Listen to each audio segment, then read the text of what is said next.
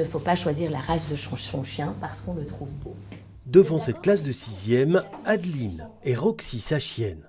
Cette comportementaliste a 50 minutes pour donner les bases de la psychologie canine.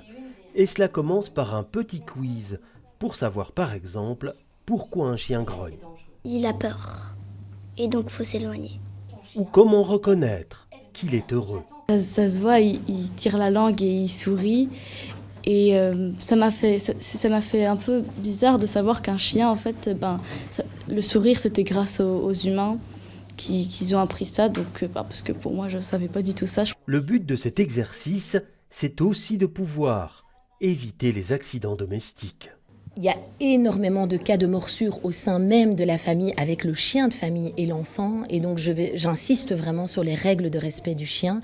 D'abord, avant tout, mieux le comprendre et surtout éviter des choses comme par exemple mettre la main dans la gamelle du chien, aller embêter son chien lorsqu'il dort ou lorsqu'il est dans son panier, reprendre un jouet en gueule. Toutes ces petites choses qui sont des règles de respect universel qui, pour moi, sont essentielles pour éviter tout accident. Et vient le moment où Roxy entre en scène pour apprendre comment approcher et caresser un chien. On doit demander aux parents si on peut le caresser, puis au maître.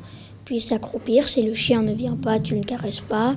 Si le chien vient, tu peux le caresser. Quand tu la caresses, ça c'était le point suivant. Tu peux la caresser ici, jamais au-dessus de la tête. Opération réussie. Il faut dire que la moitié des élèves a déjà un chien à la maison. Et visiblement, c'est un vrai bonheur. T'as quelqu'un qui est super content quand tu reviens à ta maison.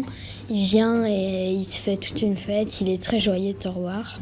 Des enfants qui ne sont pas prêts d'oublier la petite visite de Roxy dans leur classe. Vous avez envie